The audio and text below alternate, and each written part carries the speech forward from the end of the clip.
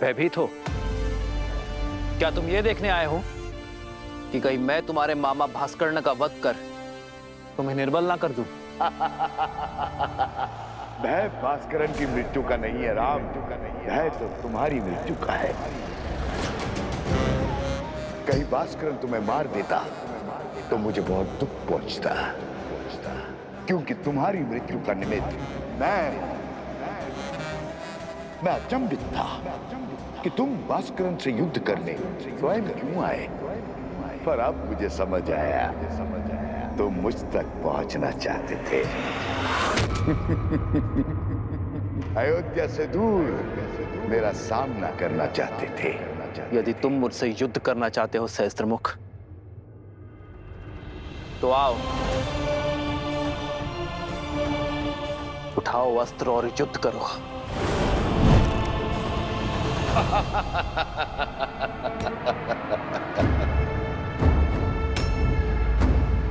मेरे शस्त्र सदा मेरे साथ रहते हैं राम। मेरा मुख मेरा धनुष है जो सहस्त्र दिशाओं में है। शब्द मेरे बाण हैं जो व्यक्ति के मन को चीर देते हैं। असत्य मेरी खड़क है जो सत्य के प्रति प्रमाण को काट देती है। संदेह मेरा चक्र है जो विवेक को व्यूह में फंसा देता है। अविश्वास मेरा भाला जो धर्म की छाती चीर दे।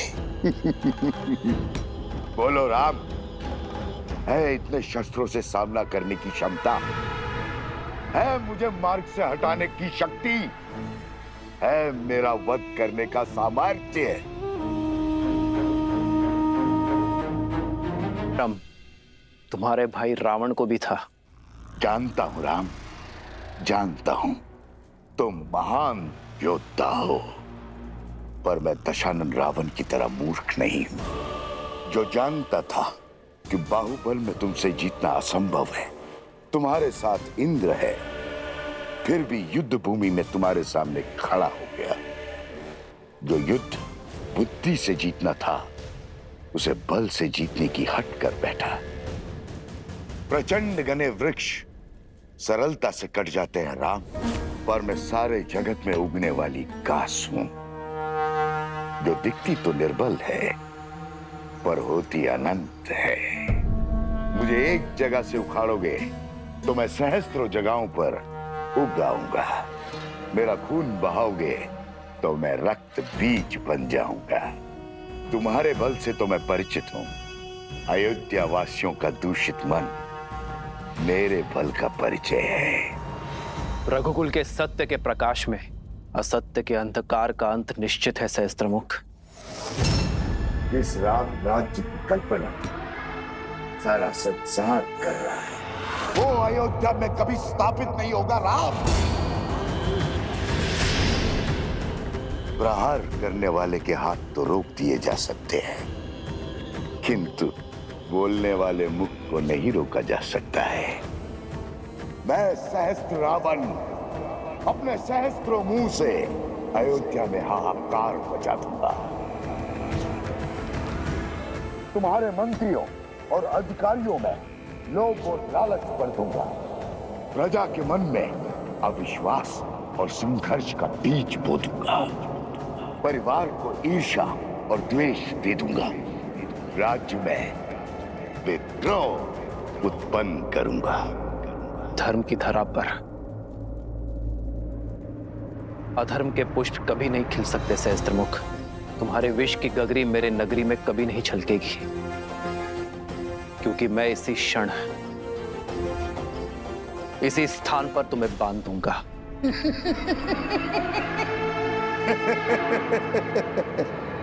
देर कर दी राम, बाण धनुष से छूट चुका है। प्रजा छोड़ो, तुम तो अपनी पत्नी सीता की भी रक्षा नहीं कर पाओगे।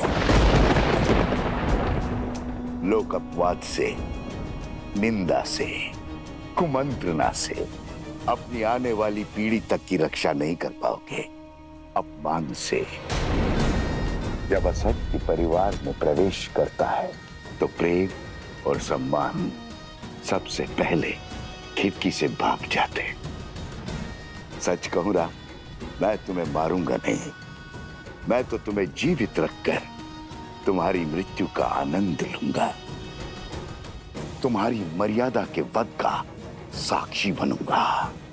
जब पूरा विश्व एक सुर, एक राग में बोलेगा कि राम की सीता दूषित है, अपवित्र है, चरित्रहीन है।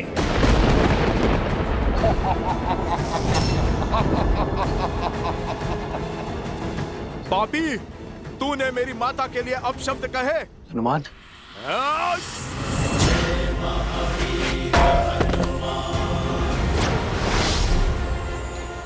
बहुत हुआ तेरा छल। अब तू देखेगा सीता माता के पुत्र का बल। तेरा इसी क्षण अंत कर दूंगा मैं। तेरे लोक अपराध का, तेरे भ्रम और तेरे असत्य का। या तो तुम महाबोले हो या महामूर्ख हो वानर। इतना भी नहीं जानते, असत्य को जितनी ऊंचाई दोगे वो उतना ही बलवान होता है, उतना ही शीघ्रता से फैलता है स्वयं। राघव की पत्नी दूषित है, दूषित है, दूषित है। राघव की पत्नी दूषित है, दूषित है, दूषित है।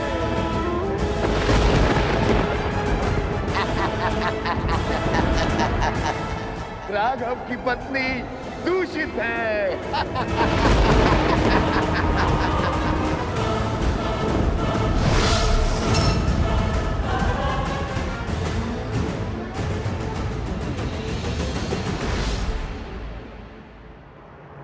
सीते,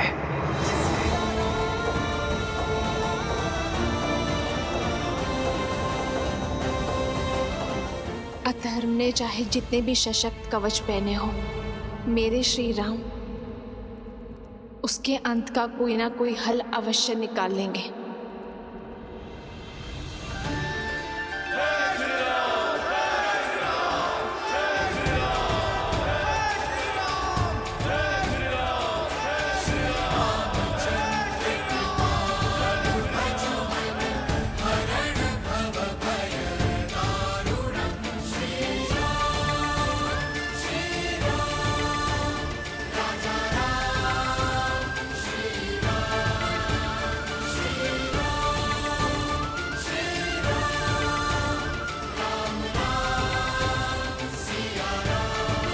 सामर्थ्य की जय जयकार होती है क्या भैया? हाँ, अन्यथा जो हुआ है उसके बाद राम सिया के जय जयकार के योग्य है क्या?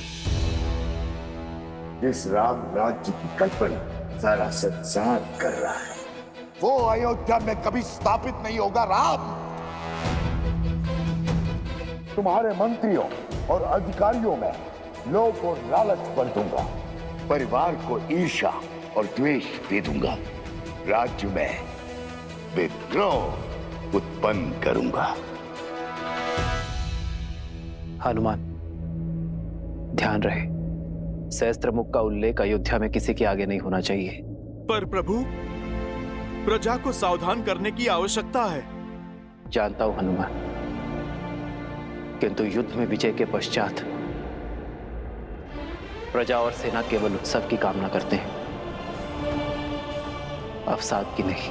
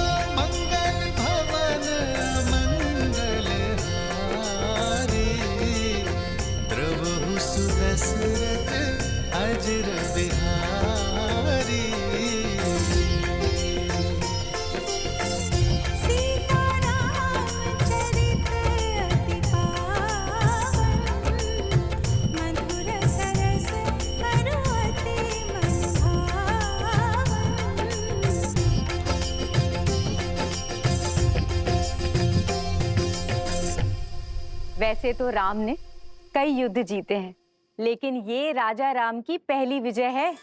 माता, आपको देखना चाहिए था कैसे भैया ने उस दुष्ट भास्करण का वध किया। ना वो धरती पर था और ना ही वायु में।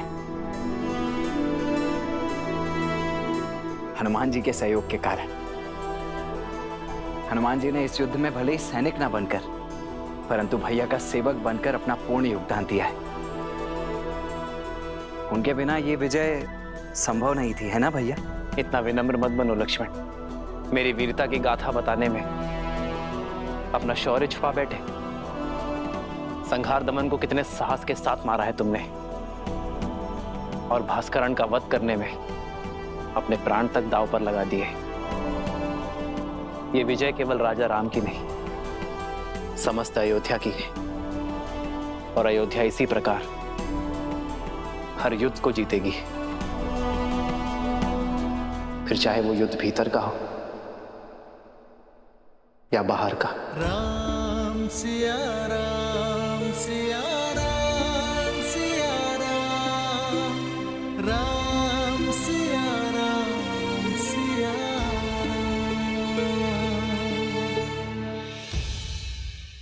उचित समय पे आए हो पुत्र। हाँ पुत्र, कल वसंत पंचमी के अवसर पर सीता के गर्भ के पुष्पवंश संस्कार का मुहूर्त निकला है। तुम्हारा होना भी वहां अनिवार्य है। अब तुम आ गए हो तो सारी पूजा विधि विधान पूर्ण हो जाएगी। अवश्य मां।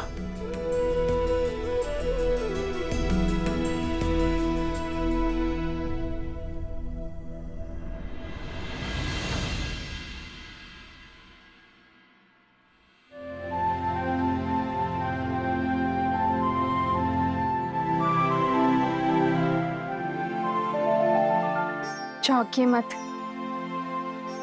आपके ही है।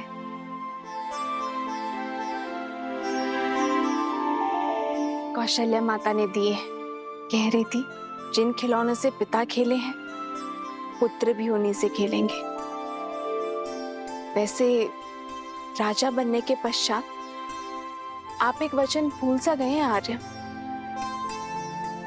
कैसा वचन सीते? वही जो विवाह के समय दिया था। आधा अंग है हम एक दूसरे का। सुख के साथ साथ दुख और चिंता में समान भागीदार है। तो बताइए, ऐसा क्या है आर्य जिसने आपके विजय की मुस्कान को धुंधला कर दिया है?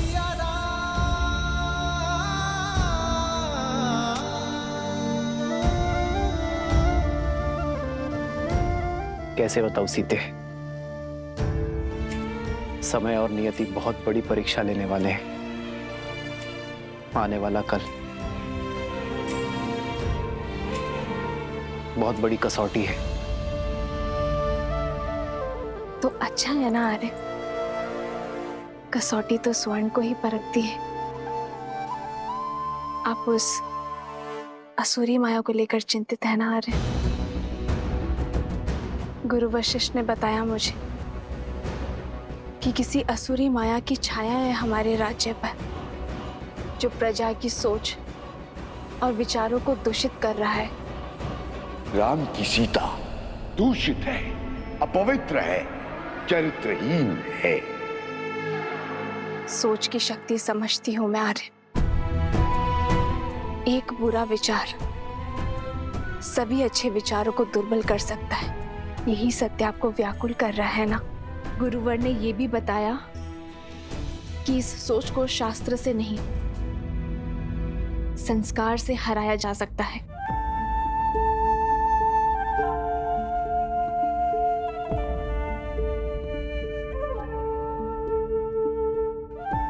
गुरुदेव ठीक कहते हैं सीते। संस्कार की शक्ति ही मन को स्थिर कर सकती है, किंतु यह इतना सरल नहीं होगा। जैसे पके हुए घड़े पर माटी नहीं चढ़ाई जा सकती, वैसे ही एक व्यक्ति के युवा हो जाने पर उसके संस्कार नहीं बदले जा सकते। संस्कार बालकों को दिए जाते हैं सीते, युवाओं को तो शिक्षित किया जाता है। और अब मैं भी वही करूंगा। अपने राज्य को, अपनी प्रजा को शिक्षित करूंगा। क्योंकि विद्या ही अब एकमात्र मार्ग है।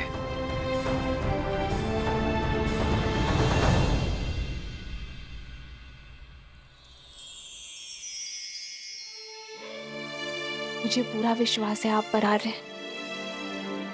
जो आपने ठाना है उसे पूरा अवश्य करेंगे।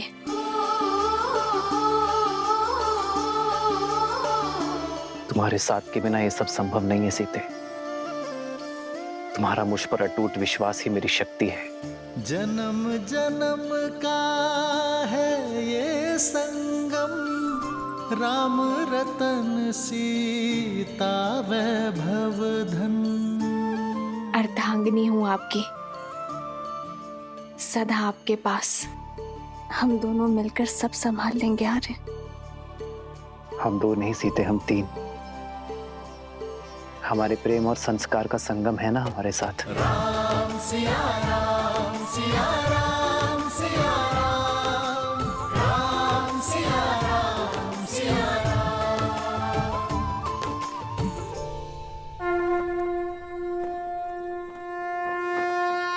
ओम अदभ्याः संवृताः पृथ्वी समाश्च विश्वकर्मणाः संवृतताग्रहे।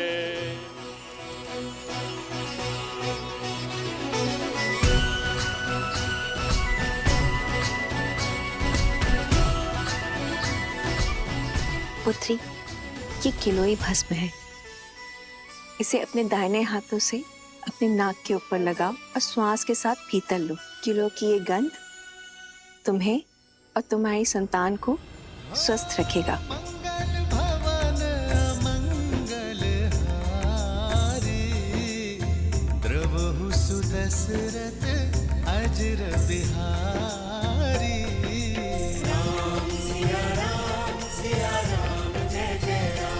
यह औषधि अमृत के समान होती है राम। जिस प्रकार सूर्य की किरण पृथ्वी को जीवन देती हैं, उसी प्रकार यह औषधि गर्भास्थ शिशु को पोषण देती है। शरीर के साथ साथ आत्मा को भी शक्ति प्रदान करती है। माता शिशु का आधार होती है। शिशु के प्रति अपने दायित्व को लेकर सदा सज्ज रहती है। किंतु शिशु और समाज के कल्याण के लिए माता पिता के साथ साथ परिवार के जनों को भी यह आश्वासन देना होगा कि वो गर्भ में पल रहे शिशु को सभी समाज की कुरीतियों से बचाएंगे और उसके विकास के लिए सदैव सहायक रहेंगे।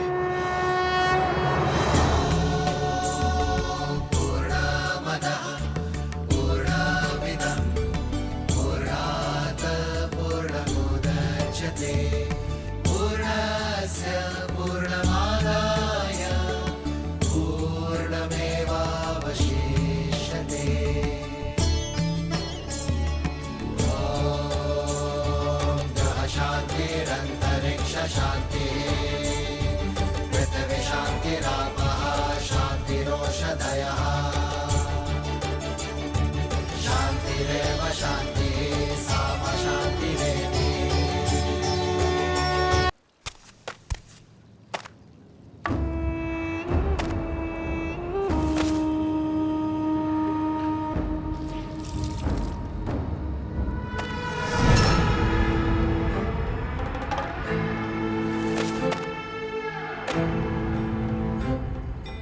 मित्रवस्त्रक, जाने कहां से कपड़ों पे ये लांछन लग गया।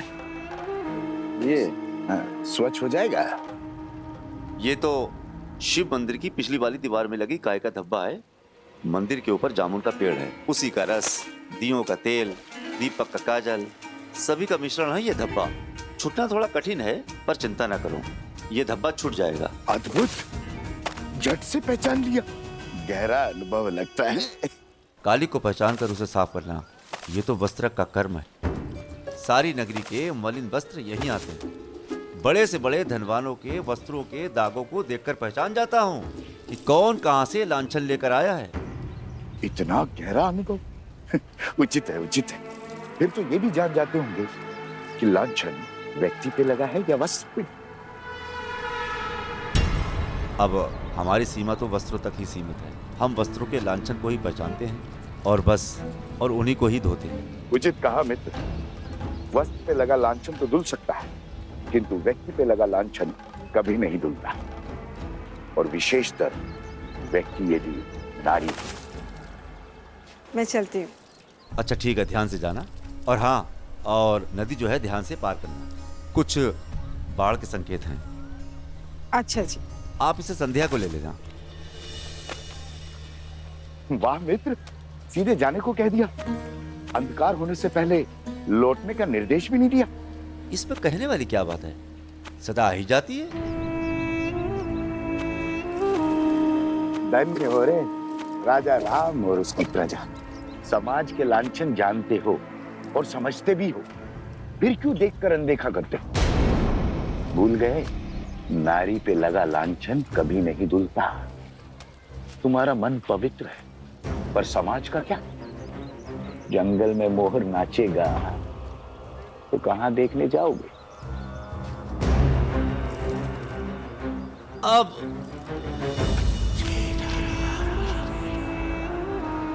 अरे ऐसा है, दिन ढलने से पहले आ जाए।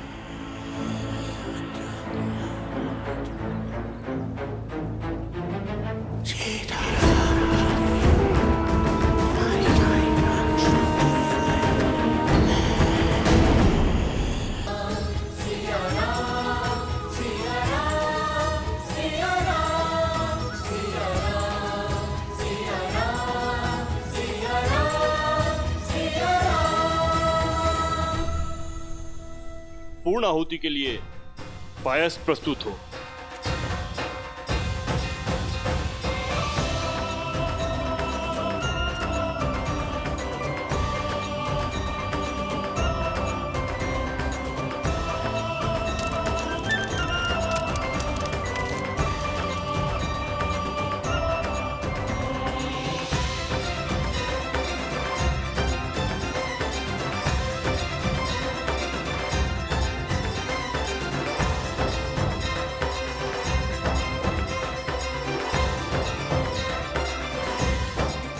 शिशु दीर्घायु और स्वस्थ हो, इस कामना के साथ प्रसाद ग्रहण करें देवी।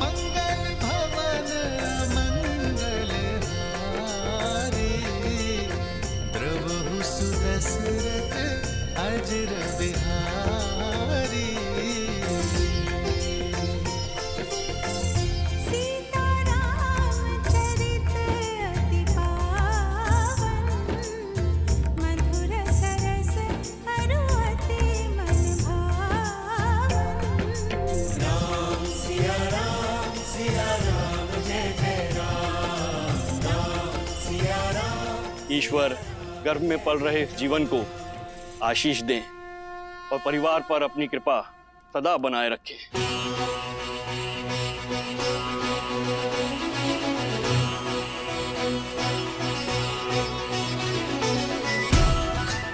ये संतान राम राज्य में सुख और समृद्धि लाएगी।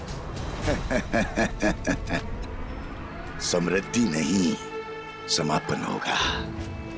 भूचाल लाऊंगा मैं राम राज्य में, भूचाल जिस तरह को वज्र का प्रहार भी तोड़ नहीं पाया। उसमें ज्वालामुखी का विस्फोट लाने की शक्ति है शब्द में। राई के दाने से भी छोटा होता है वट वृक्ष का बीज, पर चट्टान फोड़कर बाहर आ जाता है।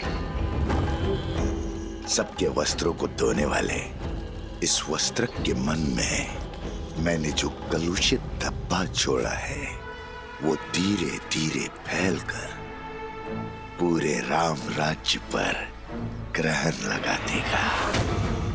राम राज्य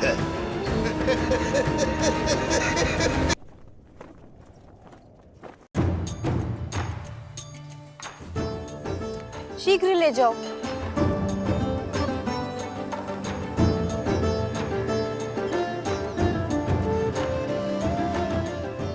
तनिक देर और पकाओ साग को। जी, मसाला को थोड़ा और पकाइए। किष्किंधा में तो क्या, संसार के किसी भी कोने में ऐसा भोजन नहीं खाया होगा इस वानर सेना ने, जो आज राजा राम की रसोई का और सीता के हाथों का बना महाभोज खा के तृप्त हो जाएंगे सारे। तनिक धीरे बोलिए माताश्री, कहीं हनुमान जी ने सुन लिया तो अपने नगर लौटने का विचार ही ना बदल दें।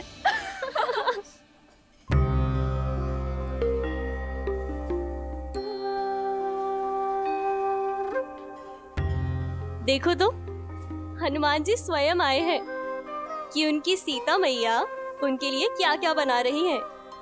आए नहीं है दीदी, भोजन की सुगंध उन्हें यहाँ खींच कर लाई है। क्यों हनुमान जी? क्यों सता रही हो? आइए हनुमान जी, देखिए सीता ने अपना वचन निभाने के लिए आपकी और आपकी वानर सेना को तृप्त करने के लिए महाभोज में क्या कुछ नहीं बनाया। प्रतीक्षा की घड़ी समाप्त हुई पुत्र, शीघ्र जाओ और अपने वानर साथियों को भोजन का निमंत्रण दो। केवल वानर सेना ही नहीं, आज तो भाभी माँ के हाथ का भोजन हमारी प्रजा भी खाएगी। भैया ने नगरवासियों को भी इस प्रीति भोज के लिए आमंत्रित करने को कहा है।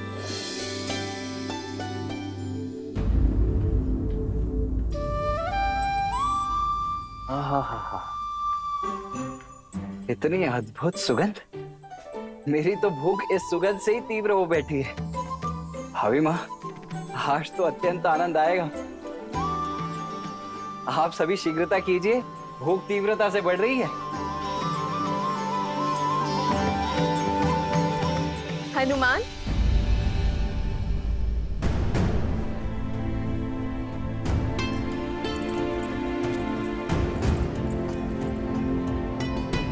पुत्र, माता से मन की व्यथा छुपा रहे हो? क्या हुआ? क्या तुम प्रसन्न नहीं? इतने व्याकुल क्यों दिख रहे हो?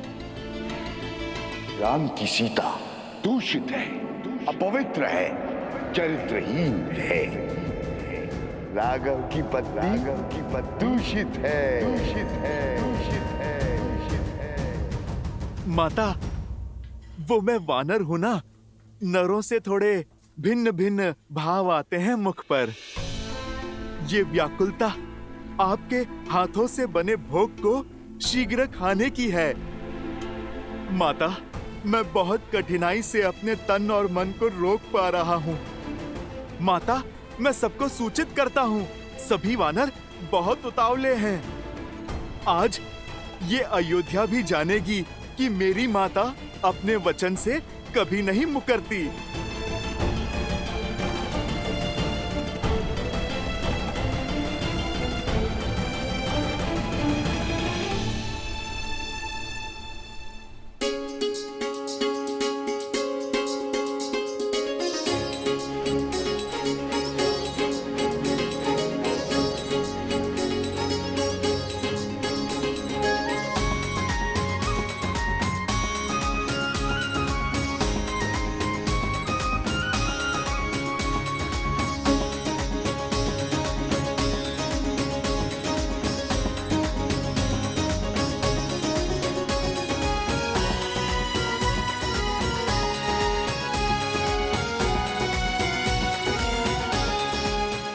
अद्भुत, आनंद आ गया प्रभु।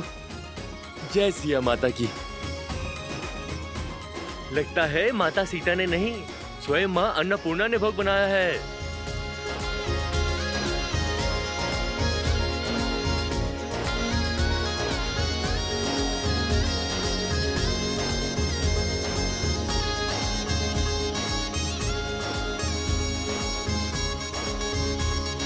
राजा रामचंद्र की जय, राजा रामचंद्र की जय, सीता मैया की जय, सीता मैया की सोचता हूँ महाराज से याचना कर यहीं रुक जाऊं। इतना स्वादिष्ट भोजन तो किष्किंधा में कहाँ मिलता है। सत्य वचन, पेट भर गया किंतु मन है कि बढ़ता ही नहीं। और खाओ, अभी भोजन समाप्त कहाँ हुआ है। देखो, हनुमान जी अभी भी जीम रहे हैं। ब्रह्मानंद मगन कपि सबके प्रभु पद प्रीति, जात न जाने दिवस दिन गए घटिका शत बीती।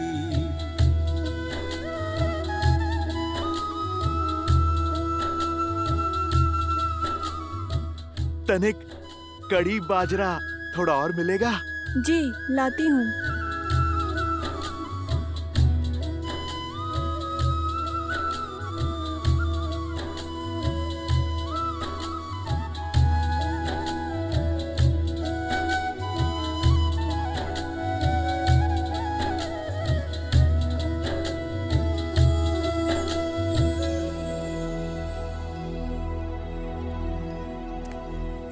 अरे खड़े क्यों?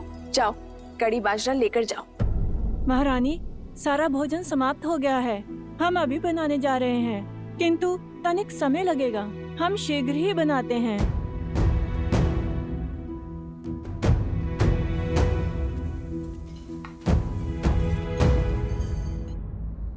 कड़ी बाजरा आने तक ये लड्डू लीजिए ना हनुमान जी। लड्डू नहीं, वो जलेबी थी ना, वो बहुत स्वादिष्ट थी। और मिल सकती है? जी।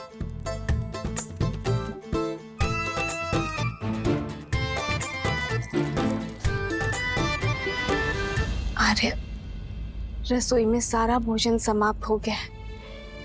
सारे पात्र खाली हैं। और भोजन बनाने में समय लगेगा। पर पुत्र हनुमान की भूख रुकती ही नहीं। आपने वनवास में इन भोले वानरों को भूखा रखा था ना। आपका वचन था कि आप इन्हें तृप्त करेंगे, तो करिए अब इन्हें तृप्त।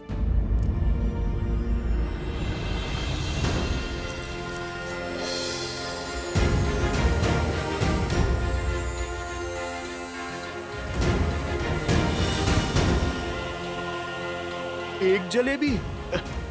माता, इससे क्या होगा? आप कृपा करके 2 थाल और ले आइए। जी। जय जय महाबली हनुमान। चिंता ना करो सीते, मेरे हनुमान को तृप्ति अवश्य मिलेगी। आओ सीते।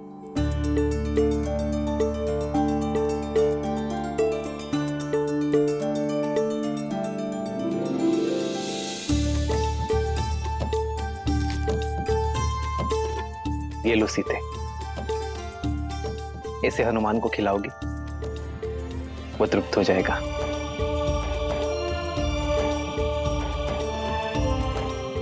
सच में? विश्वास करो।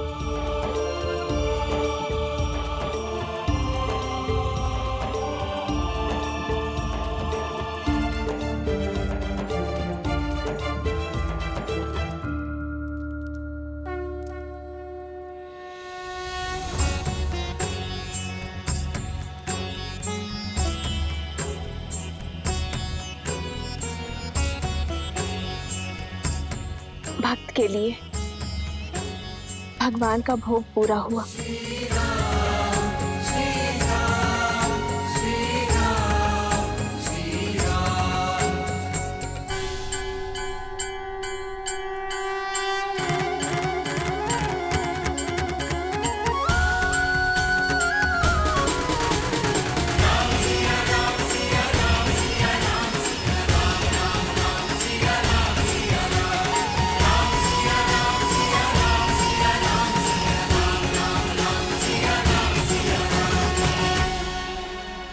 लो हनुमान, ये लड्डू खाओ।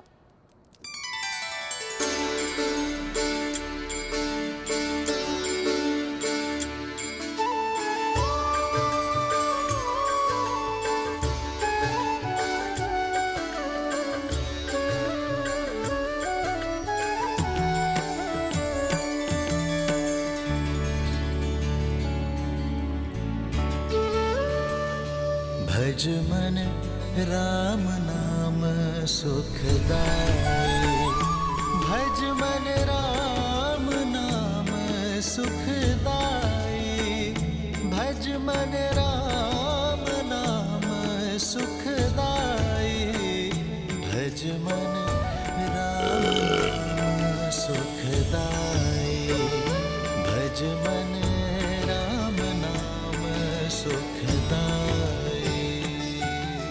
सच माता, आप तो साक्षात अन्नपूर्णा माँ हैं। भोजन तो बहुत स्वादिष्ट था, मेरा तो पेट ही भर गया माता। अरे ऐसे कैसे? बाद में फिर कहोगे कि माता ने पेट भर भोजन नहीं खिलाया। लो, 1-2 लड्डू और खा लो। नहीं माता, तन और मन दोनों तृप्त हो गए।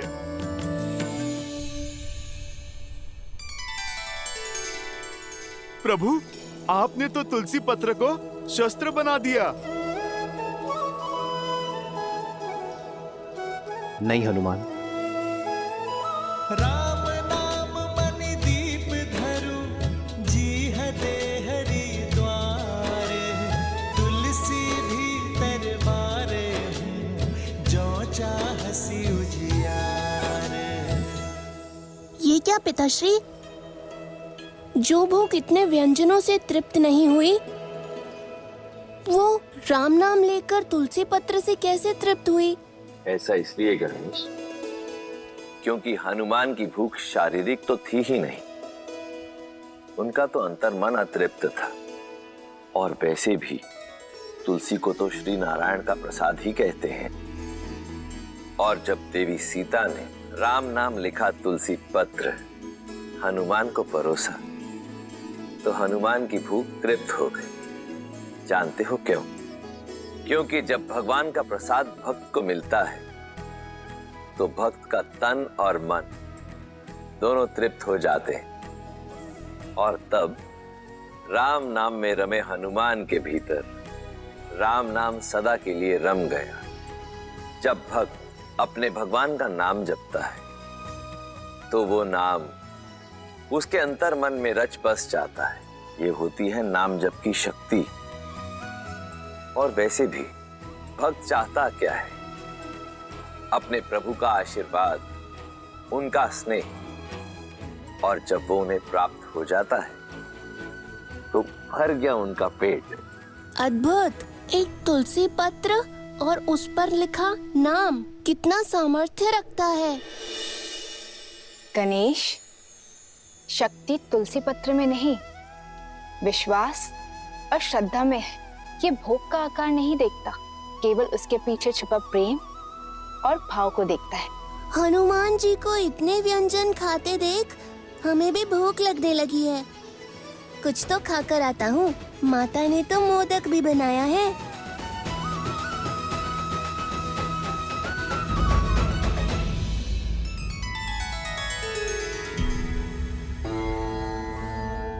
गणेश को प्रसाद की शक्ति समझा दी, किंतु उस शब्द शक्ति का क्या, जो शूल बनकर अयोध्या पर बरसने वाली है।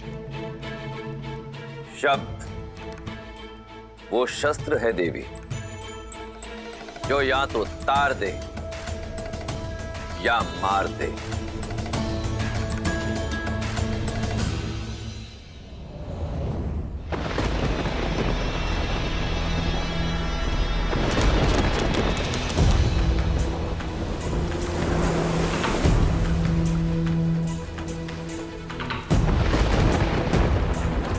नदी में ज्वार है और बाढ़ आने को है, पर सुनीति की नैया दूर दूर तक कहीं दिखाई नहीं दे रही। इतनी रात्रि हो गई, पता नहीं कहां रह गई।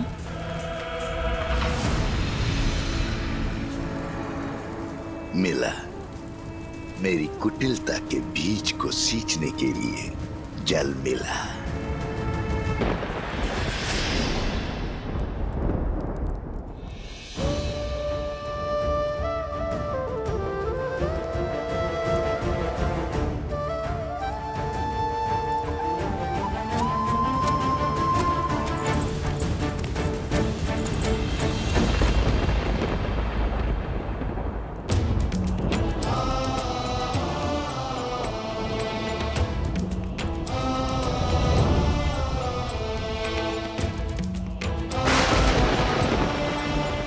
पिताश्री, आपके पुत्र के कंधों पर बहुत बड़ा उत्तरदायित्व है।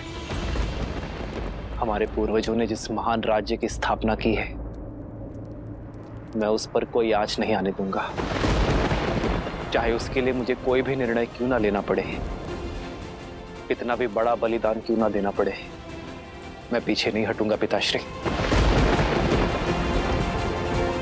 पीछे तो श्री राम की धर्मपत्नी और आपकी पुत्र वधु भी नहीं हटेगी पिताश्री। मैं प्रजा के विश्वास को, राजा राम और राम राज्य पर से नहीं टिकने दूंगी। मैं रघुकुल के आदर्श को धूमिल नहीं होने दूंगी।